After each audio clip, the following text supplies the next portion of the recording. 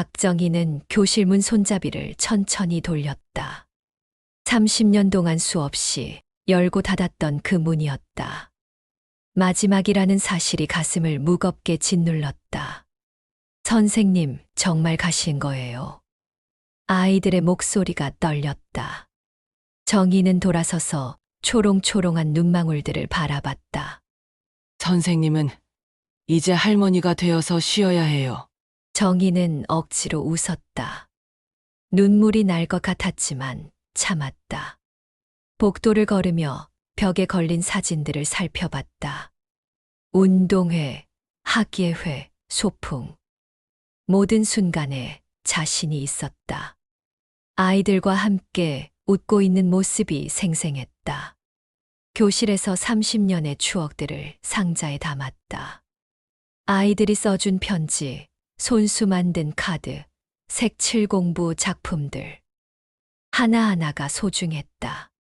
학교 정문을 나서며 정희는 속으로 중얼거렸다. 이제 내 삶을 살 수 있겠구나.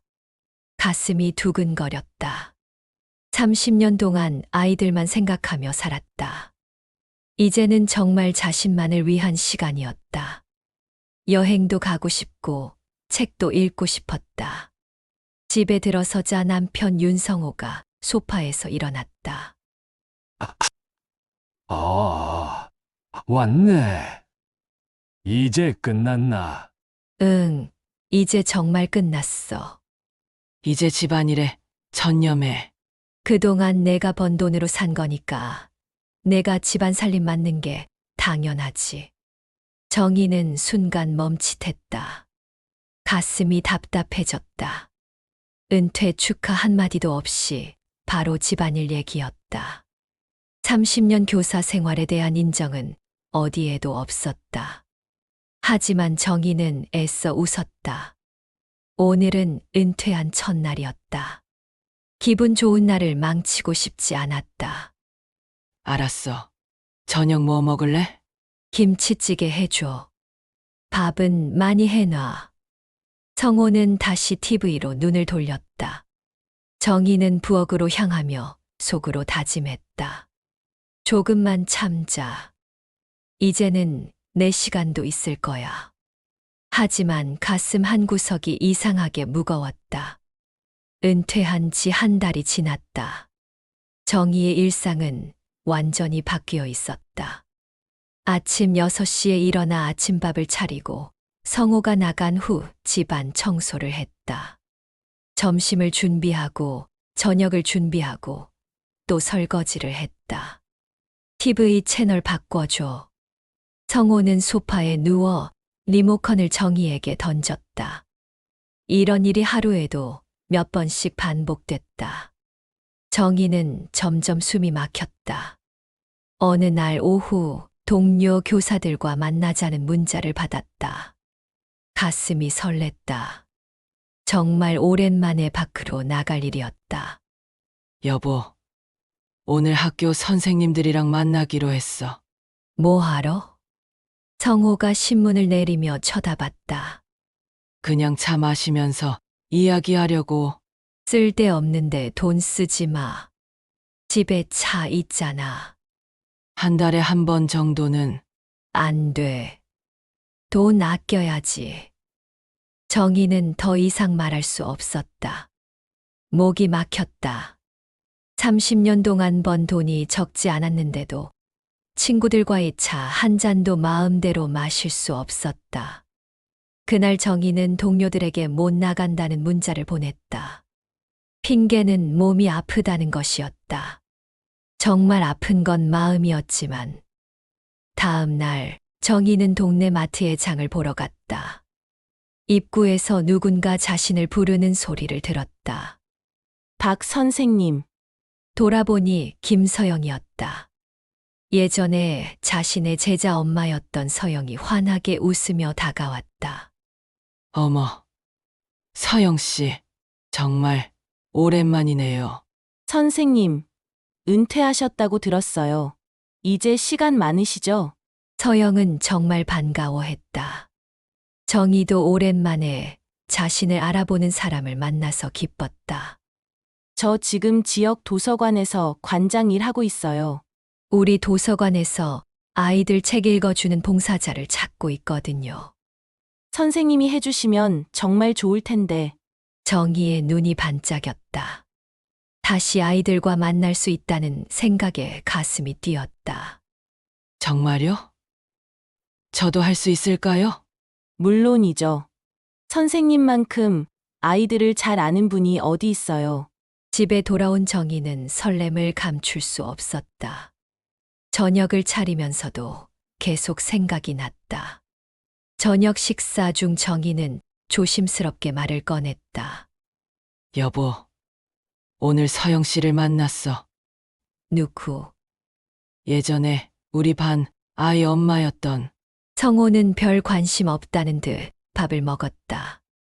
그분이 도서관에서 봉사해달라고 하는데 뭘? 아이들한테 책 읽어주는 거. 성호는 젓가락을 내려놓았다. 쓸데없이 바쁘게 살 필요 없어. 내가 밖에서 어울리면 집은 누가 챙겨. 정희는 가슴이 답답해졌다. 봉사라는 것도 마음대로 할 수 없는 건가? 한 주에 2번 정도만. 안 된다고 했잖아. 성호의 목소리가 차가웠다. 정희는 더 이상 말할 수 없었다. 정희는 베란다에서 빨래를 널며 한숨을 쉬었다. 옆집에서 톱질하는 소리가 들렸다. 이웃 이문식이 또 뭔가를 만들고 있는 모양이었다. 문식은 70세의 호랍이었다. 부인을 5년 전에 여의고 혼자 살고 있었다. 하지만 언제나 밝았다. 박 선생님, 안녕하세요. 문식이 담벼락 너머로 인사했다. 손에는 톱과 나무 조각이 들려 있었다. 안녕하세요. 또 뭘 만드세요? 새장이요. 우리 집 앞마당에 새들이 자주 와서. 문식은 환하게 웃었다. 정희는 그 웃음이 부러웠다. 퇴직하고 나서 이런 재미를 찾았어요. 사람은 늙을수록 자기 재미를 찾아야 해요. 안 그러면 금방 늙어버려요. 정희는 속으로 쓴웃음을 지었다. 자기 재미라. 그런 게 있기나 한가. 선생님은 뭘 하고 계세요? 그냥 집안일 하고 있어요. 그것만으로는 심심하지 않으세요? 문식의 질문에 정희는 대답할 말이 없었다. 심심했다. 아니, 심심함을 넘어서 공허했다. 그날 저녁 딸 수진이 남편과 함께 집에 왔다. 오랜만에 온 딸을 보니 정희는 반가웠다. 엄마, 요즘 어떻게 지내세요? 그냥 지내지 뭐. 저녁 식사를 하면서 성호가 갑자기 말했다. 내 엄마는 집에서 노는 게 제일 잘 어울려. 수지는 웃었다. 정희는 순간 얼굴이 뜨거워졌다. 가슴이 무너져 내리는 것 같았다. 집에서 놀기만 하는 사람. 그게 자신의 정체성인가? 30년간 아이들을 가르쳤던 교사는 어디로 간 것인가? 정희는 아무 말 없이 웃었다. 하지만 속은 완전히 무너져 있었다. 수진과 사위가 간 후 정희는 설거지를 하며 눈물을 흘렸다. 찬물에 손을 담그고 있으니 마음이 더 차갑게 식었다. 나는 집에서 놀기만 하는 사람이 아니야. 하지만 그렇게 생각할수록 현실이 더 비참했다. 그날 밤 정희는 잠이 오지 않았다. 천장을 바라보며 계속 생각했다. 내 인생이 이래도 되는 건가? 옆에서 성호의 코 고는 소리가 들렸다. 평온해 보였다. 정희는 그 소리가 원망스러웠다. 정희는 며칠 고민했다. 서영의 제안이 계속 머릿속에 맴돌았다. 마침내 정희는 결심했다. 성호가 모르게 도서관에 가보기로 했다. 장 보러 나갔다 올게. 성호는 TV에 집중하느라 대답도 제대로 하지 않았다. 도서관에 도착한 정희는 한참을 망설였다. 문 앞에서 몇 번이나 발걸음을 멈췄다. 용기를 내어 문을 열고 들어갔다. 서영이 카운터에서 일하고 있었다. 어머, 선생님. 서영은 정말 반가워했다. 그때 말씀하신 봉사 말인데요. 정희는 조심스럽게 말을 꺼냈다. 정말 하실 거예요? 너무 좋아요. 서영은 정희를 아동 열람실로 안내했다. 아이들이 책상에 앉아 책을 읽고 있었다. 오랜만에 보는 아이들의 모습에 정희의 가슴이 뛰었다. 매주 화요일, 목요일 오후 2시에 책 읽어주는 시간이 있어요. 1시간 정도요. 할 수 있을 것 같아요. 정희는 확신에 찬 목소리로 대답했다. 첫 번째 봉사날, 정희는 30분 일찍 도서관에 도착했다. 너무 떨렸다. 2시가 되자 아이들이 하나둘 모여들었다. 5살부터 10살까지 다양한 나이의 아이들이었다. 안녕하세요. 아이들아, 정희는 다시 교사가 된 기분이었다. 목소리도 자연스럽게 부드러워졌다. 오늘은 어떤 책을 읽어드릴까요? 아이들이 손을 들며 대답했다. 그 순간 정희는 30년 전으로 돌아간 것 같았다. 정희는 동화책을 들고 아이들에게 읽어주기 시작했다. 목소리에 감정을 담아서 때로는 크게, 때로는 작게. 아이들의 눈이 반짝였다. 1시간이 어떻게 지났는지 몰랐다. 아이들이 박수를 쳤다. 선생님, 다음에 또 와주세요. 네. 꼭 올게요. 정희는 진심으로 대답했다. 이렇게 행복한 기분은 얼마만인가. 집에 돌아온 정희는 저녁을 준비하면서도 계속 웃음이 나왔다. 하지만 며칠 후 결국 들통났다. 어디 갔다 왔어? 성호가 의심스러운 눈으로 물었다. 장 보러. 마트 사장한테 들었는데 내가 안 왔다던데. 정희의 가슴이 쿵 떨어졌다. 거짓말이 발각됐다. 정희는 떨리는 목소리로 도서관 봉사 이야기를 했다. 내 허락도 없이 밖에서 뭘 하냐? 내 체면이 있지. 성호의 목소리가 커졌다. 당신 체면보다 내 인생이 더 중요해. 정희도 모르게 입에서 나온 말이었다. 자신도 놀랐다. 처음으로 남편에게 대든 것이었다.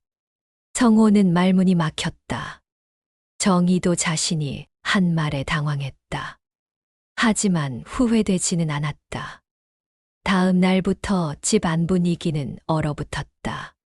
성호는 정희와 말을 하지 않았다. 정희도 먼저 말을 걸지 않았다. 그래도 정희는 도서관에 나갔다. 아이들이 기다리고 있었고 자신도 그 시간이 너무 소중했다.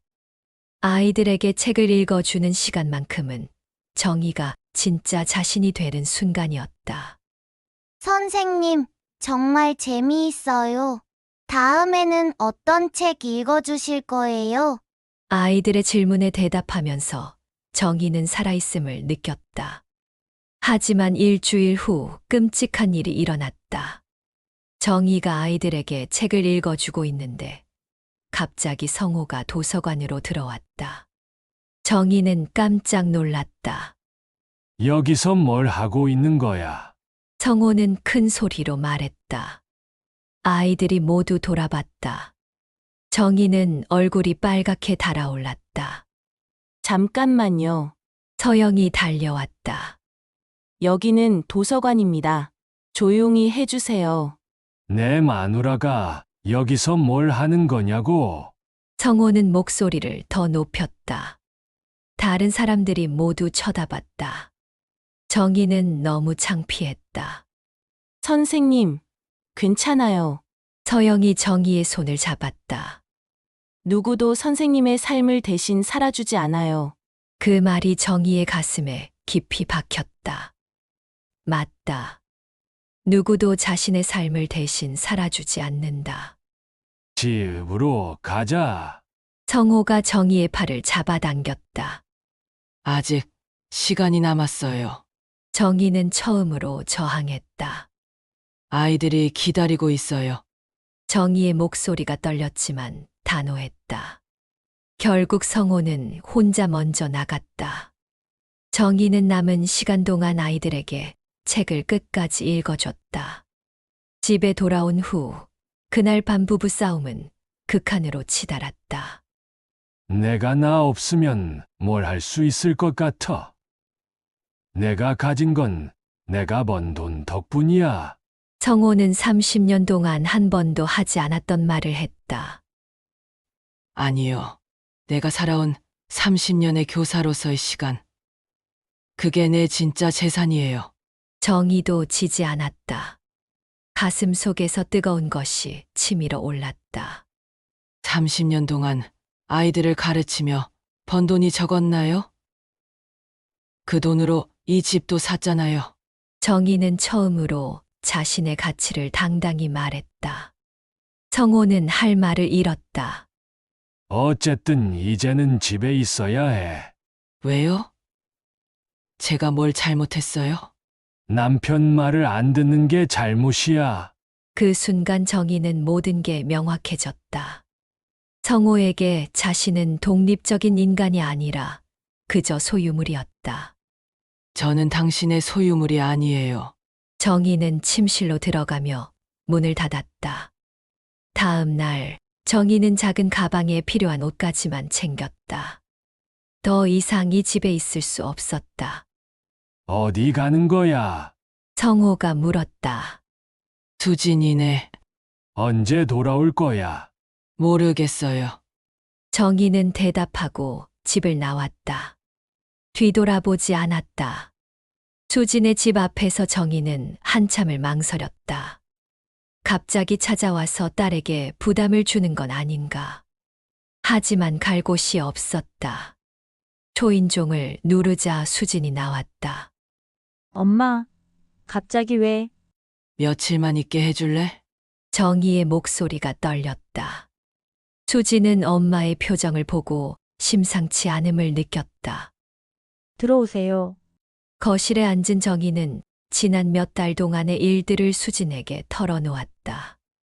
도서관 봉사 이야기, 성호의 반대, 그리고 어제 있었던 일까지. 수진은 처음엔 어색해했다. 하지만 엄마의 눈물 섞인 이야기를 들으면서 충격을 받았다. 엄마, 내가 너무 몰랐네. 수진의 눈에도 눈물이 고였다. 엄마도 사람인데 엄마만의 인생이 있는데. 괜찮다. 내가 뭘 잘못한 건 아니야. 정희는 딸의 손을 잡았다. 아니에요. 내가 너무 무관심했어요. 수진은 자신을 자책했다. 이제부터라도 엄마 편이 되어줄게요. 그날 오후 이웃 문식이 찾아왔다. 손에는 작은 나무 선반을 들고 있었다. 박 선생님께 드리려고 만들었어요. 저한테요. 이건 선생님만의 공간에 놓으세요. 이제는 선생님만의 자리가 있어야 하니까. 문식의 말이 가슴에 와 닿았다. 자신만의 자리. 그런 것이 있었던가. 고마워요.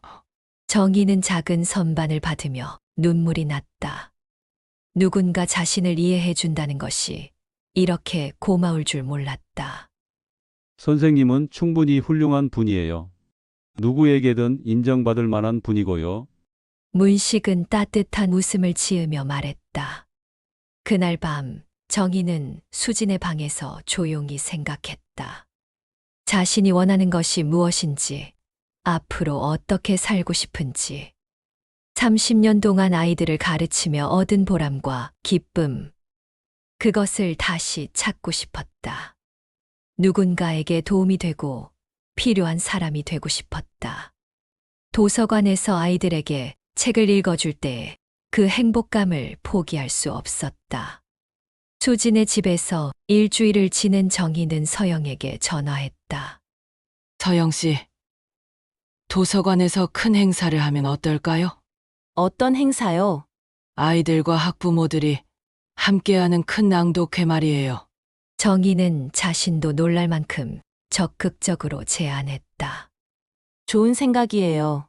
선생님이 주최해 주시면 정말 좋겠어요. 2주 후 도서관 대강당에서 낭독회가 열렸다. 많은 아이들과 학부모들이 참석했다. 정희는 떨렸지만 설렜다. 안녕하세요. 여러분, 정희는 마이크를 잡고 인사했다. 30년 동안 교실에서 했던 것처럼 자연스럽게 목소리가 나왔다. 아이들이 앞자리에 앉아 반짝이는 눈으로 정희를 바라봤다. 학부모들도 기대에 찬 표정이었다. 정희는 준비한 동화책을 펼쳤다. 목소리에 온 마음을 담아 읽기 시작했다. 한 문장, 한 문장이 강당에 울려 퍼졌다. 아이들이 집중하고 있었다. 웃기는 부분에서는 웃고 슬픈 부분에서는 진지해졌다. 정희는 다시 살아나는 것 같았다. 이것이 자신이 진짜 하고 싶었던 일이었다. 뒤쪽 구석에서 누군가 지켜보고 있었다. 성호였다. 정희는 미처 눈치채지 못했다. 성호는 충격을 받고 있었다. 저 무대 위의 아내가 정말 자신이 아는 그 사람인가? 당당하고 빛나고 모든 사람의 시선을 끌고 있는 저 사람이 30년 동안 함께 살면서도 저런 모습을 본 적이 없었다. 사람들이 박수치며 아내를 바라보는 것을 보며 성호는 뭔가 잘못되었다는 것을 깨달았다. 낭독이 끝나자 큰 박수가 터져 나왔다. 박 선생님 계속 와주세요. 다음에는 언제 오세요? 아이들과 학부모들이 입을 모아 말했다. 정희는 행복했다. 정희는 마이크를 다시 잡았다. 이제야 제 이름으로 제 삶을 살기 시작합니다. 진심에서 우러나온 말이었다. 강당이 조용해졌다가 다시 큰 박수가 터져 나왔다. 성호는 더 이상 지켜볼 수 없어서 조용히 나왔다. 집에 가는 길에 계속 생각했다. 자신이 아내를 하찮은 사람으로 여겼구나. 하지만 사람들은 아내를 존경하고 있었다. 아내는 존경받을 만한 사람이었다. 낭독회가 끝난 후 정희는 서영과 함께 차를 마셨다. 선생님, 정식으로 우리 도서관 강사로 일해 주시면 안 될까요? 정식으로요? 네, 월급도 드리고요. 아이들뿐만 아니라 지역 주민들에게 글쓰기도 가르쳐 주시면 좋겠어요. 정희는 꿈만 같았다. 다시 가르치는 일을 할 수 있다니. 정말 제가 할 수 있을까요? 물론이에요. 오늘 보셨잖아요. 모든 사람이 선생님을 좋아해요. 집에 돌아온 정희는 성호와 마주 앉았다. 며칠 만에 처음으로 대화를 나눴다. 오늘 도서관에 왔었지? 정희가 먼저 말을 꺼냈다. 성호는 당황했다. 들켰다는 것보다 무슨 말을 해야 할지 몰랐다.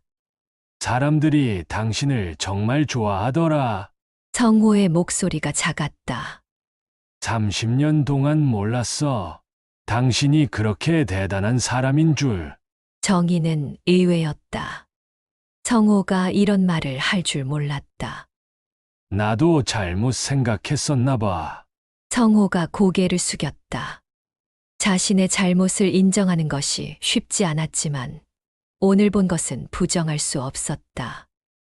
앞으로는 당신이 하고 싶은 일 하세요. 정말 단지 가끔은 나도 생각해줘. 성호의 말에 정희는 웃음이 나왔다. 완전히 바뀌지는 않았지만 변화의 시작이었다. 한 달 후 정희는 도서관에서 정식 강사로 일하기 시작했다.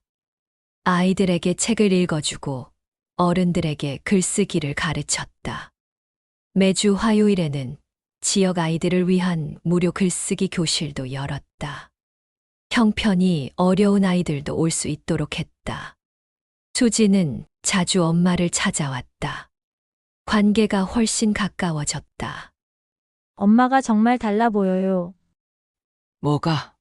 훨씬 밝아지셨어요. 그리고 당당해지셨고, 수진의 말이 맞았다. 정의는 달라져 있었다. 성호도 조금씩 바뀌어 갔다.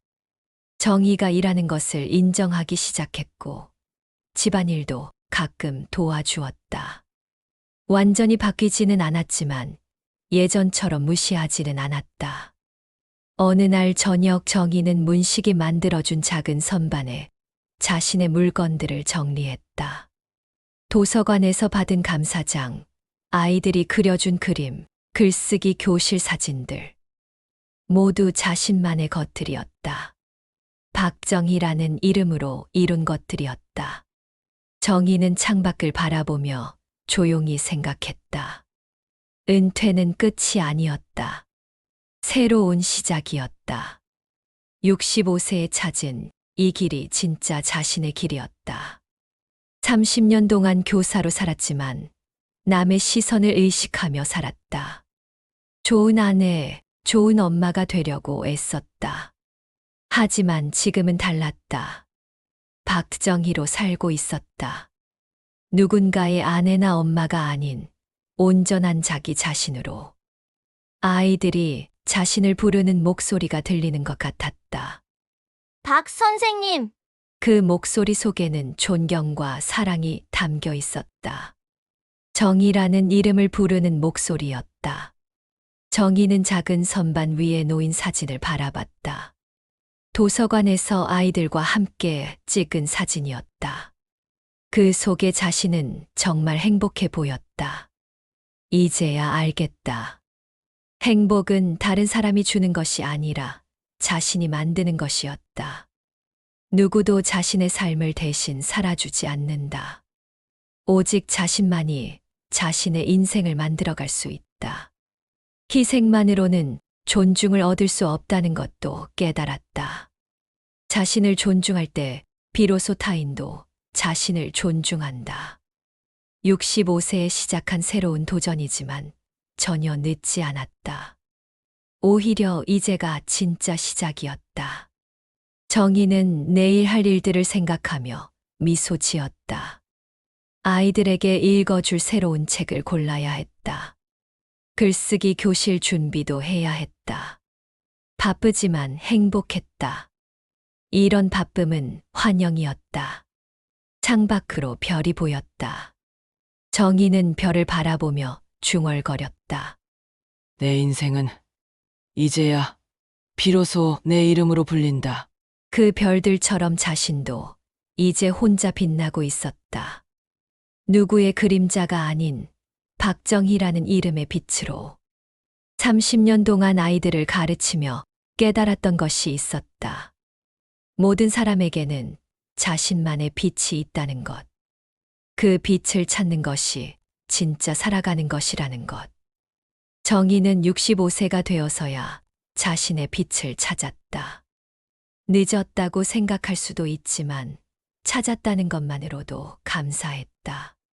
작은 용기 하나가 이 모든 변화를 가져왔다.